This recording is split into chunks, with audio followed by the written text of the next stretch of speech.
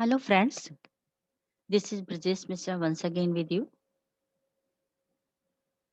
Friends, आज का topic होगा पर्सनालिटी। ये पर्सनालिटी क्या है? पर्सनालिटी अगर हम शाब्दिक अर्थ की बात करें तो ये एब्स्ट्रैक्ट नाउन है, जिसे कैलकुलेट करके 1+1 2 नहीं कह सकते। इसके बारे में आपको जो टेक्निकल यूनिवर्सिटीज़ हैं, चाहे वो यूपी की हों, चाहे वो महाराष्ट्र, राजस्थान, गुजरात, कहीं की भी हों, सिलेबस के तौर पे भी पढ़ाया जाता है इंजीनियरिंग स्टूडेंट्स को। आज हम कॉमन तरीके से पर्सनालिटी क्या होती है और सिलेबस के हिसाब से भी पर्सनालिटी का टॉपिक में क्या-क्या इंक्लूडेड है, वो सब डिस्कस करेंगे। तो चलिए आइए शुरू करते हैं अपना टॉपिक, पर्सनालिटी। पर्सनालिटी अगर हम डिटेल में आपको बताना चाहें या डेफिनेशन के तौर पे आपको बताना चाहें तो it is a dynamic concept describing the growth and development of a person's whole psychological system. एक डायनामिक कॉन्सेप्ट है किसी भी व्यक्ति के ग्रोथ या विकास के बारे में, उसका पूरा साइकोलॉजिकल सिस्टम बताता है।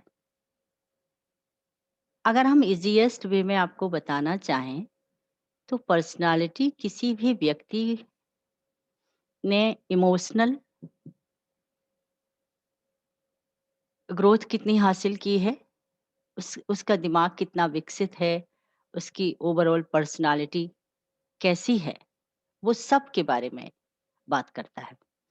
तो पर्सनालिटी एक ऐसा कॉन्सेप्ट है जिसमें किसी व्यक्ति की अ, मानसिक, शारीरिक, इमोशनल ग्रोथ और डेवलपमेंट के बारे में बात की जाती है।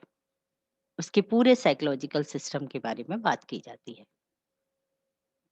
जनरल भाषा में हम कहें तो किसी भी व्यक्ति के बोलने के तरीके, चाल ढाल, उसके शब्दों के इस्तेमाल, सारी चीजों को मिलाकर हम उसकी पर्सनालिटी के बारे में कह देते हैं उसकी पर्सनालिटी बहुत अच्छी है। इवन उसका इवन उसका जो शारीरिक बनावट है, height, weight, colour, all these things are also included in personality. तो मैं ये कहना चाहती हूँ कि पर्सनालिटी एक ओवरऑल कॉन्सेप्ट है किसी भी व्यक्ति के बारे में, जो कि बताता है किसी भी व्यक्ति के बारे में अगर हम बात करें और अगर हम उसकी पर्सनालिटी के बारे में बात करें तो उसका ओवरऑल कॉन्सेप्ट कैसा है, वो सब इंक्लूडेड होता है, चाहे वो इमोशनल हो, चाहे वो एज ए पर्सन हो। तो ये डायनेमिक कॉन्सेप्ट है। अब कितने प्रकार की पर्सनालिटीज हमको देखने को मिलती हैं लोगों में या एम्प्लॉयज में, जो भी किसी भी कंपनी के अंदर काम कर रहे हैं, उनमें किस किस तरीके की पर्सनालिटीज हमको देखने को मिलती हैं, आइए उस पे बात करते हैं। तो रियलिस्टिक पर्सनालिटीज, रियलिस्टिक मतलब वास्तविक, जो कि हर फील्ड में वास्तविक अप्रोच रखने वाले लोग। अब आप कहेंगे कि ये वास्तविक अप्रोच क्या है, रियलिस्टिक क्या है? यथार्थवादी लोग, ये वो लोग हैं जिनको कि हम कह सकते हैं कि वो डूअर्स हैं, डूअर्स एंड सॉल्यूशन प्रोवाइडर्स। सच्चाई तो ये है कि यही व्यक्ति जो होते हैं, रियलिस्टिक पीपल जो होते हैं, वही मेहनती होते हैं, कंपनी के लिए रिजल्ट्स लेकर आते हैं, बेनिफिट्स लेकर आते हैं, हर काम को करने में सजग होते हैं और सॉल्यूशन प्रोवाइडर भी होते हैं। किसी भी समस्या का समाधान निकालने में रुचि रखते हैं, किसी भी समस्या का समाधान निकालना इनकी आदत होती है। तो हम ये कहेंगे कि एक तरीके से जो रियलिस्टिक पीपल हैं या रियलिस्टिक एम्प्लॉय हैं किसी भी कंपनी के, वही वास्तविक रूप से उस कंपनी के फाउंडर हैं, उस कंपनी के बेस हैं, जिनके आधार पर कंपनी आगे बढ़ती है। तो ये तो हुए यथार्थवादी। नेक्स्ट है आर्टिस्टिक। दूसरी पर्सनालिटी होती है आर्टिस्टिक पर्सनालिटी। कहना मैं ये चाहती हूँ कि ये वो लोग हैं आर्टिस्टिक पर्सनालिटी में इंक्लूडेड, जो कि क्रिएटर्स हैं, creators for design and patterns. ये अपनी बात को एक आर्ट के फॉर्म में बताते हैं, आर्ट के फॉर्म में रख सकते हैं। कहना मैं ये चाहती हूँ कि इन लोगों के अंदर एक ऐसी काबिलियत होती है कि अपने थॉट्स को, अपने आइडियाज को वो अलग तरीके से डिफाइन करते हैं, एक्सप्लेन करते हैं, अलग तरीके से रखते हैं। वो कई बार शब्दों में होता है और कई बार वो डिजाइन और पैटर्न्स के माध्यम से होता है। माने मैं ये कहना चाहती हूँ कि उसी थॉट को रियलिस्टिक पीपल सिंपलेस्ट वे में रखेंगे, सिंपल वे में रखेंगे। उसी थॉट को आर्टिस्टिक पीपल जो हैं वो डिजाइन्स और पैटर्न्स के माध्यम से बताने की काबिलियत रखते हैं। तो ऐसे लोगों को हम आर्टिस्टिक कह सकते हैं, कहते हैं। नेक्स्ट देखिए सोशल, हेल्पिंग अदर्स। आपने देखा होगा कि बहुत सारे लोग इतने ज्यादा सोशल होते हैं, इतने ज्यादा हेल्पिंग नेचर के होते हैं कि वो खुद अपना काम तो परफेक्ट करते ही हैं, दूसरों को भी हेल्प करने के लिए रेडी होते हैं। अब आप कहेंगे कि वो दूसरों को कैसे हेल्प करते हैं? दूसरों को, जी हाँ, वो हेल्प करते हैं। वो समस्या का समाधान निकाल के खुद अपना काम करते हैं और जितना भी उनमें काबिलियत है या जितना भी वो कर सकते हैं, अपना हेल्पिंग हैंड दूसरों को भी देते हैं। उनकी अप्रोच सोशल होती है, कम्युनिकेशन स्किल्स उनकी बहुत अच्छी होती है। बातचीत के माध्यम से दूसरों को भी वो समाधान प्रोवाइड करने के लिए रेडी रहते हैं। अब आप कहेंगे कि ये सार्थक कैसे है कंपनी के लिए, फायदेमंद कैसे है? जी हाँ, ये फायदेमंद है। कैसे फायदेमंद है? कि सपोज एक एम्प्लॉय नया है किसी भी कंपनी में और उसको बहुत सारी चीजें समझ में अभी नहीं आई हैं, लेकिन वो कंफ्यूज्ड है कि वो अपना जॉब इस कंपनी में कंटिन्यू करे या नहीं। लेकिन अगर वो किसी सोशल एम्प्लॉय के से बात करता है उसके विषय में, तो निश्चित रूप से उस आदमी का पॉजिटिव एटीट्यूड उसे इम्प्रेस करेगा उस कंपनी में कंटिन्यू करने के लिए। मैं कहना ये चाहती हूँ कि कम्युनिकेशन के माध्यम से ऐसे एम्प्लॉय जो कि सोशल हैं, काम करते भी हैं और करवाना भी जानते हैं दूसरों से, दूसरों की मदद करके। माने ग्रुप में काम करना इनको पसंद आता है, टीम वर्क के तौर पे इनको काम करना पसंद आता है, हेल्प लेते भी हैं और हेल्प करते भी हैं। तो इस तरीके के एम्प्लॉयज को, इस तरह के लोगों को हम सोशल पर्सनालिटी कह सकते हैं। इन्वेस्टिगेटिव पर्सनालिटी, ये इन्वेस्टिगेशन या इन्वेस्टिगेटिव, ये इन्वेस्ट से बना है। तो ये पर्सनालिटीज कैसी होती हैं? इन्वेस्टिगेटिव पर्सनालिटीज ओरिजिनल पर्सनालिटी हैं एंड इंडिपेंडेंट थिंकर्स भी हैं। इनको हम इंडिपेंडेंट थिंकर्स भी कह सकते हैं। अब आप कहेंगे कि थिंकर्स की कहाँ जरूरत है किसी भी कंपनी में? जी हाँ, जरूरत है। ये लोग हर एक तथ्य को, हर एक फैक्ट को, फिगर्स को, डेटा को फाइंड आउट करने में रुचि रखते हैं। मैं कहना ये चाहती हूँ कि ये वो पर्सनालिटी है कि कोई भी इनको कोई जानकारी देता है तो वो यूं ही उसको नहीं मान लेते, उसको इन्वेस्टिगेट करते हैं, उसको फाइंड आउट करते हैं, उसको गहराई से डिटेल में जानने की कोशिश करते हैं और उनके निर्णय उसी जानकारी के आधार पर तय होते हैं। अब ये इन्वेस्टिगेटिव पर्सनालिटीज कंपनीज में किस तरह से एक्टिवेट होती हैं, किस तरीके से काम करती हैं? एक्चुअली होता क्या है कि आपने देखा होगा कि बहुत सारे एम्प्लॉयज हमेशा ये जानकारी रखते हैं कि उनकी कंपनी को कितना, अगर उसे फायदे में चल रही है कंपनी तो कितना फायदा हो रहा है और उसकी उसकी हिस्ट्री क्या रही है। अपने एम्प्लॉइज़ को इंसेंटिव्स देते समय वो किन चीज़ों को ध्यान में रखते हैं? नए लोगों को जॉब देने के लिए क्या चीज़ें ध्यान रखते हैं? और निकालने के प्रति जब उनका रवैया किसी एम्प्लॉयी के प्रति उसको निकालने का होता है, तो वो कब ऐसा करते हैं? कितना प्रॉफ़िट किस साल इस कंपनी ने कमाया?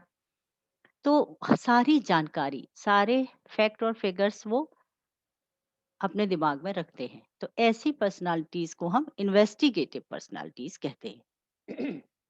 जानकारी हासिल करना उनकी आदत होती है और इंडिपेंडेंटली वो सोचते हैं। इंडिपेंडेंटली मतलब वो किसी के कहने से नहीं, अपनी जानकारी के आधार पर अपने निर्णय लेते हैं। नेक्स्ट देख लेते हैं, वो है इंटरप्राइजिंग। इंटरप्राइजिंग क्या है कि ये पर्सुएडर्स हैं।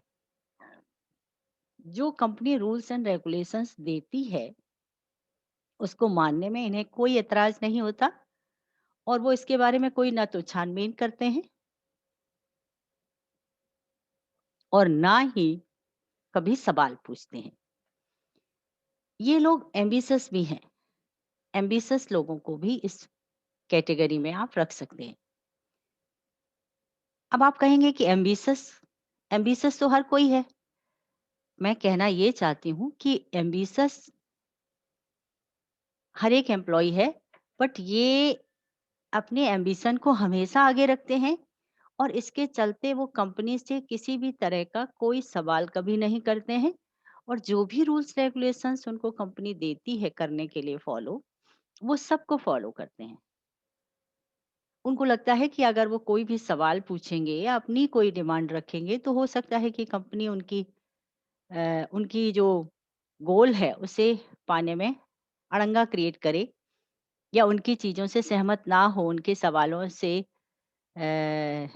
सहमत ना हो और ये उसके अगेंस्ट ना हो, इसलिए वो कभी सवाल ही नहीं पूछते। इसलिए वो जो कुछ भी होता है नियम, कायदा, कानून अपने बॉस के कहे हुए इंस्ट्रक्शंस उनको फॉलो करते रहते हैं, क्योंकि उनका गोल सिर्फ कंपनी के ऊँचे पद हासिल करना होता है, अच्छे इंसेंटिव्स हासिल करना होता है। तो ऐसी पर्सनैलिटीज़ को हम एंटरप्राइजिंग पर्सनैलिटीज़ कहते हैं। नेक्स्ट है कन्वेंशनल। अब ये कन्वेंशनल पर्सनैलिटी क्या है? एक पारंपरिक व्यवस्था होती है कंपनी में कि जो कंपनी के हेड्स हैं, ऑर्गेनाइजर्स हैं, अथॉरिटीज़ हैं, उनका वे ऑफ वर्किंग है। तो उनका जो भी वे ऑफ वर्किंग है, हर एक एम्प्लॉयी को फॉलो करना होता है। लेकिन फॉलो तो सभी करते हैं, सबको करना ही होगा क्योंकि वो कंपनी के एम्प्लॉयी हैं। बट कन्वेंशनल एम्प्लॉयज को कभी भी उनके रूल्स और रेगुलेशंस को फॉलो करने में कोई प्रॉब्लम नहीं होती है। माने पारंपरिक तरीके से काम करना उनको पसंद होता है। अब आप कहेंगे कि ये पारंपरिक तरीका क्या? पारंपरिक तरीका ये है कि वो अपने सीनियर्स को रिस्पेक्ट करते हैं, सीनियर्स की ओपिनियन लेते हैं, सीनियर्स के इंस्ट्रक्शंस को फॉलो करते हैं और उनको लगता है कि यही एक बेस्ट तरीका है किसी भी कंपनी को चलाने का। कहना मैं ये चाहती हूँ कि वो इनोवेटिव थिंकर्स नहीं होते। उनको कुछ नया ना तो करने की चाह है और ना ही कोई वो इनोवेटिव या नए-नए कोई आइडियाज़ देते हैं अपने बॉस को। जी नहीं, उनको एक जिस तरीके का पैटर्न काम करने का कंपनी में चला आ रहा है, उसी में वो अपने आप को ढाल लेते हैं। अथॉरिटीज़ के प्रति लॉयल रहते हैं और जो तरीका काम करने का है कंपनी में निर्धारित, उसको शांतिपूर्वक फॉलो करते हैं और अपने काम से काम रखते हैं और बहुत ही ऑर्गेनाइज्ड तरीके से अपना काम करते हैं। मैं कहना ये चाहती हूँ कि उनका काम सिस्टमैटिक तरीके से होता है क्योंकि उनको और कुछ सोचने की ज़रूरत ही नहीं है। जो काम उनको दिया गया है उसको ही वो परफेक्टली करना चाहते हैं। उसी को ही वो रिजल्ट ओरिएंटेड बनाना चाहते हैं। तो एक ये पर्सनालिटी हुई। तो मैं सम अप कर देती हूँ फ्रेंड्स, हाँ, मैंने आपको बताया कि ये 6 तरह की पर्सनालिटीज़ होती हैं। Realistic, artistic, social, investigative, enterprising और कन्वेंशनल। कन्वेंशनल, अगर हम जनरल अपने आसपास भी देखें तो इसी तरह की पर्सनालिटीज हमको डे टू डे लाइफ में देखने को मिलती हैं। ऐस इसी तरह के लोग भी हमारे आसपास होते हैं। आइए आगे चलते हैं। अब हम बात करेंगे कि क्या चीजें होती हैं जो कि ये डिसाइड करती हैं कि किसी भी व्यक्ति की पर्सनालिटी कैसी होगी, है ना। पर्सनालिटी को बनाने में कौन कौन से फैक्टर्स हैं जो डिसाइड करते हैं कि किसी भी व्यक्ति की पर्सनालिटी कैसी होगी। डिटर्मिनेंट्स ऑफ पर्सनालिटी, इनको कहते हैं डिटर्मिनेंट्स, निर्धारित करने वाले तथ्य, निर्धारित करने वाले फैक्टर किसी भी पर्सन की पर्सनालिटी को, किसी भी पर्सन की पर्सनालिटी को निर्धारण निर्धारित करने वाले तथ्य। तो फर्स्ट वन है इन्वायरमेंट। अब आप कहेंगे कि इन्वायरमेंट कैसे किसी व्यक्ति की कंपनी को, सॉरी, किसी भी व्यक्ति की पर्सनालिटी को प्रभावित करता है। तो करता है, कैसे करता है कि फैमिली, सोशल ग्रुप्स और एक्सपीरियंसेस। मैं ये कहना चाहती हूँ कि किसी भी व्यक्ति की पर्सनालिटी, उसकी अपब्रिंगिंग कैसे हुई है, वो किस माहौल में बड़ा हुआ है, उसने अपने आसपास अपने बचपन में क्या क्या देखा है, कैसे लोगों के साथ रहा है, उसकी सराउंडिंग कैसी थी, जिस ग्रुप में उसकी अपब्रिंगिंग हुई, उसके पेरेंट्स क्या थे, कैसे उन्होंने उसको बड़ा किया, उन्होंने क्या एथिक्स उसके दिमाग में डाले बचपन में ही, क्या क्या उसने अनुभव किया, वो सारी चीजें किसी भी व्यक्ति की किसी भी पर्सन की पर्सनालिटी को बनाती हैं। अब आप कहेंगे कि ये कैसी बात हुई। जी हाँ, ये ऐसे जानिए आप कि अगर कोई बच्चा बहुत ही प्यार से बड़ा किया गया है, उसको बहुत अटेंशन मिला है बचपन में, मोटिवेट किया गया है उसे आगे बढ़ने के लिए, उस केयरिंग है उसकी फैमिली उसके प्रति, तो वो बच्चा बहुत ही कॉन्फिडेंट होगा, बहुत ही इमोशनली सिक्योर होगा। लेकिन अगर कोई व्यक्ति नेग्लेक्ट किया गया है बचपन में, उसकी बेसिक नीड्स अच्छे से फुलफिल नहीं हुई हैं, उसने परेशानियां झेली हैं, लड़ाई झगड़े वाला माहौल देखा है, तो वो एक दूसरी पर्सनालिटी के तौर पे बड़ा होगा, दूसरी पर्सनालिटी के तौर पे सामने आएगा। तो इस तरीके से मैं कह सकती हूँ कि इन्वायरमेंट जो है, उसकी अपब्रिंगिंग जो है, उसका जन्म जिस फैमिली में हुआ है, जिस सोशल ग्रुप में उसने अपना बचपन बिताया है, और उसने क्या-क्या, कैसे-कैसे अनुभव किए हैं, वो सारे उसकी पर्सनालिटी को डिसाइड करते हैं। फिजिकल फैक्टर्स, फिजिकल फैक्टर्स में इंक्लूडेड है हाइट, वेट, कलर, जेंडर और बॉडी लैंग्वेज। अगर उसकी हाइट अच्छी है, वेट कंट्रोल्ड है, कॉम्प्लेक्शन उसका अच्छा है, कलर उसका फेयर है, गोरा है, जिसे लोग अप्रिशिएट करते हैं, और वो किस जेंडर को बिलोंग करता है, उसकी बॉडी लैंग्वेज कैसी है, ये सारे फैक्टर्स भी किसी भी व्यक्ति की पर्सनालिटी या किसी भी पर्सन की पर्सनालिटी को डिफाइन करते हैं। अब आप कहेंगे कि ये फिजिकल फैक्टर्स जो हैं, ये तो उसे बाय बर्थ मिले हैं, उसमें उसका तो कोई योगदान नहीं है। ऑल राइट, बिल्कुल बात सही है आपकी, योगदान उस व्यक्ति का नहीं है उसमें, लेकिन ये हमें इम्प्रेस करता है, उसके अपीयरेंस को प्रेजेंट करता है, उसके फिजिकल अपीयरेंस में ये सारी चीजें इंक्लूडेड हैं। हमारी आंखों को सबसे पहले वही दिखता है उस पर्सन में, बाकी चीजें तो उसकी, जब आप उससे बात करेंगे, उसके साथ बिहेव करेंगे, उसके साथ रहेंगे, उसके साथ काम करेंगे, तब आपको पता चलेगा। तो मैं ये कहना चाहती हूँ कि फिजिकल फैक्टर्स भी किसी भी व्यक्ति की पर्सनालिटी को दिखाते हैं। हाइट, वेट, कलर, जेंडर और बॉडी लैंग्वेज। बॉडी लैंग्वेज अगर उसकी कॉन्फिडेंट है, आत्मविश्वास से भरी हुई है, तो उसकी पर्सनालिटी अच्छी मानी जाती है। उसका वेट कंट्रोल है, हाइट ज़्यादा है, कलर फेयर है, वो किस तरह से अपने आप को प्रेज़ेंट करता है। तो ये फैक्टर्स भी किसी भी व्यक्ति की पर्सनालिटी को बताते हैं, डिसाइड करते हैं। आपने देखा होगा ओवरवेट पीपल अपना आत्मविश्वास खो देते हैं।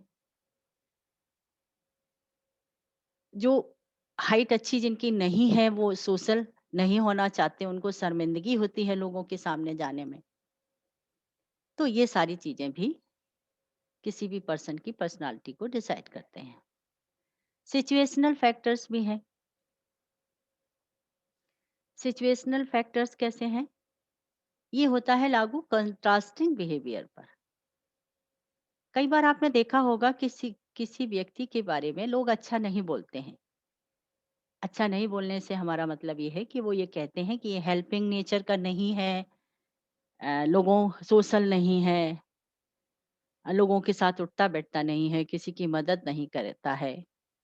लेकिन किसी एक विशेष सिचुएशन में वो ऐसा कुछ कर गुजरता है जिसकी की कोई उम्मीद भी नहीं कर सकता। मैं ये कहना चाहती हूँ कि जनरली लोग उससे उम्मीद नहीं करते हैं, उससे ज्यादा वो करके दिखा देता है। माने किसी भी तरह की कोई इमरजेंसी में वो इतनी ज्यादा हेल्प करता है जितनी की कोई जनरल व्यक्ति से उम्मीद भी नहीं कर सकता। अगर मैं एक दूसरे एग्जाम्पल के तौर पे आपको बताऊं तो किसी भी कंपनी में किसी व्यक्ति की रेप्यूटेशन ऐसी भी हो सकती है, उसके ड्रेसिंग सेंस को लेकर, उसके काम करने के तरीके को लेकर, कि लोग उसके बारे में राय बना लेते हैं कि ये व्यक्ति केयरलेस है, इसका काम बहुत ऑर्गेनाइज्ड नहीं होता है, बहुत सिंसियर नहीं है। जबकि वही व्यक्ति बाकी लोगों से बेटर रिजल्ट्स लेके आता है कंपनी के लिए, ज्यादा फायदेमंद साबित होता है। तो इसको कहते हैं कंट्रास्टिंग बिहेवियर। मैं कहना सब मिलाकर ये चाहती हूँ कि दिखने में कोई व्यक्ति उतना फिट एंड फाइन नहीं होता, लेकिन काम में परफेक्ट हो सकता है। तो जब कोई ऐसी पर्सनालिटी आप देखते हैं तो उसको आप कहेंगे सिचुएशनल फैक्टर्स भी, उसको कहेंगे आप कंट्रास्टिंग पर्सनालिटी। बट ये सिचुएशनल फैक्टर्स हैं, परिस्थितियों के हिसाब से उसकी पर्सनालिटी चेंज होती है। तो परिस्थितियां भी किसी व्यक्ति की पर्सनालिटी को प्रेजेंट करने में रोल अदा करती हैं। हेरिडिटरी, ये क्या है? Influenced by the parents. अगर किसी व्यक्ति के पेरेंट्स अट्रैक्टिव हैं तो बाय नेचर वो व्यक्ति अपने अपीयरेंस में बहुत अच्छा होगा, अपने फिजिकल अपीयरेंस में अच्छा होगा। तो बाय नेचर उसे ये गुण मिलेगा। तो ऐसे ऐसे पर्सनालिटीज के लिए हम कहते हैं कि influenced by the parents, hereditary. ये गुण वो अपने पेरेंट्स से लेकर आया है, बाय नेचर उसे ये गुण प्राप्त हुए हैं। तो जेनेटिकली वो किस फैमिली से बिलोंग करता है वो भी किसी व्यक्ति की पर्सनालिटी को बनाते हैं। Family and social factors, family and social groups. Family surrounding कैसी है? जनरली जो लोग हार्ड वर्किंग होते हैं, जिनके फैमिली में दो चार लोग सक्सेसफुल होते हैं अपने प्रोफेशन में, उस फैमिली से बिलोंग करने वाले लोग भी सक्सेसफुल होते हैं। कैसे लोगों के साथ वो उठता बैठता है, कैसे लोगों से उसका ग्रुप, सोशल ग्रुप क्या है, समय बिताता है किन लोगों के साथ, वो भी डिफाइन करता है, डिसाइड करता है किसी भी व्यक्ति की पर्सनालिटी को। Family, social factors, family, social groups, ये सब जो हैं मिलाकर भी किसी पर्सनालिटी को डिसाइड करते हैं, डिटरमिन करते हैं। आइडेंटिफिकेशन, आइडेंटिफिकेशन माने फॉलो रोल मॉडल्स। ऐसे व्यक्ति जो अपना आइडेंटिफिकेशन चाहते हैं समाज में सम्मान चाहते हैं, एक रिकॉग्निशन चाहते हैं, एक ओहदा चाहते हैं, सम्मान चाहते हैं, लोगों के द्वारा पहचाने जाना चाहते हैं, तो वो अपने रोल मॉडल्स को फॉलो करते हैं। तो ये वो पर्सनालिटीज़ हैं जो किसी एक से रोल मॉडल से, चाहे वो स्पोर्ट्स पर्सन हो, एक्टर हो, पॉलिटिशियन हो या उसकी फैमिली का ही कोई सक्सेसफुल मेंबर हो, उसको फॉलो करते हैं। उसी के तरह बनना चाहते हैं, उसी की तरह उठना-बैठना चाहते हैं, बात करना चाहते हैं और हर समय उनके दिमाग में एक इमेज रहती है उस रोल मॉडल की, जिसको कि फॉलो करते हैं। तो हम ये कहना चाहते हैं कि इस तरह की पर्सनैलिटीज़ भी हैं, जो अपने रोल मॉडल्स से ज़्यादा प्रभावित हैं। तो उनके रोल मॉडल्स भी डिटरमाइन करते हैं किसी भी व्यक्ति की पर्सनैलिटी को। माने कि आप किस व्यक्ति को पसंद करते हैं लाइफ में, आप किसको आइडियल मानते हैं, आदर्श मानते हैं, ये आपके पेरेंट्स भी हो सकते हैं, आपके समाज, आपके सोशल सर्किल का भी कोई व्यक्ति हो सकता है। तो कितना फॉलो करते हैं वो भी आपकी पर्सनैलिटी को डिसाइड करता है। माने कुछ लोगों की पर्सनैलिटी उनके रोल मॉडल्स के द्वारा डिसाइड होती है। Cultural factors, culture and community,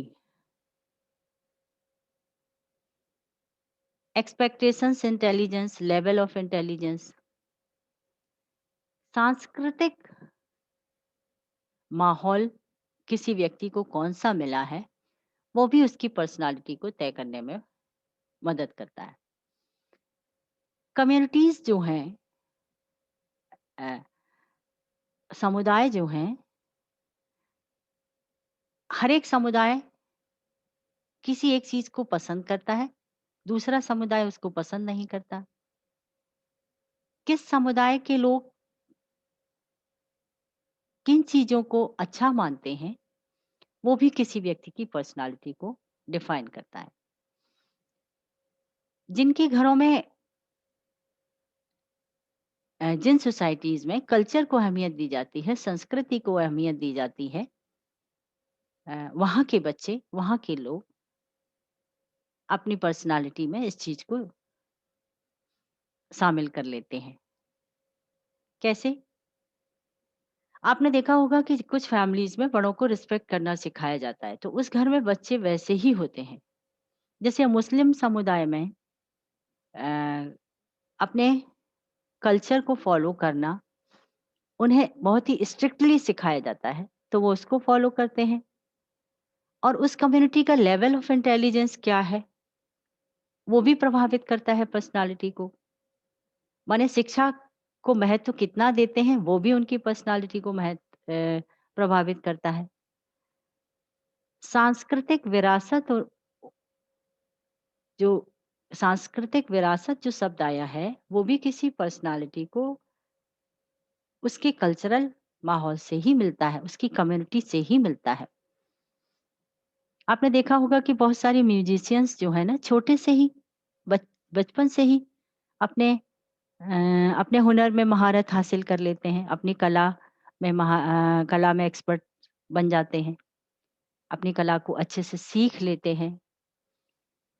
और हिंदू कम्युनिटीज़ में पूजा पाठ करना छोटे से ही बच्चों को सिखाया जाता है। तो मैं ये कहना चाहती हूँ कि जो कल्चरल फैक्टर्स हैं, सांस्कृतिक जो तथ्य हैं, वो भी किसी भी व्यक्ति की पर्सनैलिटी को प्रभावित करते हैं। जेंडर डिफरेंसेस भी हैं। अब हमारे समाज में, हमारे सोसाइटी में, हमारे देश में जेंडर स्पेसिफिक परसेप्शंस भी हैं। गर्ल्स के लिए कहा जाता है कि वो बहुत हार्ड वर्किंग नहीं होंगे, बहुत रिजल्ट ओरिएंटेड नहीं काम कर पाएंगे कंपनी में। ये परसेप्शंस अब बदल रहे हैं, ऑल राइट, बदल रहे हैं, बिल्कुल बदल रहे हैं। बट ये किसी पर्सनालिटी को बनाने में ये भी भूमिका अदा करता है, वो किस जेंडर को बिलोंग करता है। तो जेंडर डिफरेंसेस भी किसी भी पर्सनालिटी को बनाने में भूमिका अदा करते हैं। तो मैं ये कहना चाहती हूँ कि किसी भी पर्सनालिटी को बनाने में आपको हमेशा ध्यान रखना चाहिए कि ये बहुत सारे फैक्टर्स हैं। Environment, physical factor, situational factor, hereditary and family social family and social factors, gender differences, cultural factors. तो ये बहुत सारे फैक्टर्स हैं जो कि किसी कम व्यक्ति की पर्सनालिटी को दिखाते हैं। तो पर्सनालिटी एक ऐसा कॉन्सेप्ट है जिसके बारे में आपको समझना चाहिए कि वो केवल सोशल ही नहीं, फिजिकल, इमोशनल सारे ग्रोथ को डिफाइन करता है उस पर्सन की पर्सनालिटी के बारे में। तो फ्रेंड्स, मैं आपसे रिक्वेस्ट करूंगी कि प्लीज हमारे वीडियोस को शेयर करिए, तो हमें मोटिवेशन मिलता है, हमको अच्छा लगता है कि ये वीडियोस किसी की हेल्प कर रहे हैं। और कमेंट बॉक्स में जाके हमको बताइए कि क्या आपको कैसा लगा हमारा वीडियो, हमारी टॉक, और लोगों के साथ शेयर करिए। आज की मीटिंग हम यहीं ख़त्म करते हैं। Till then, thank you.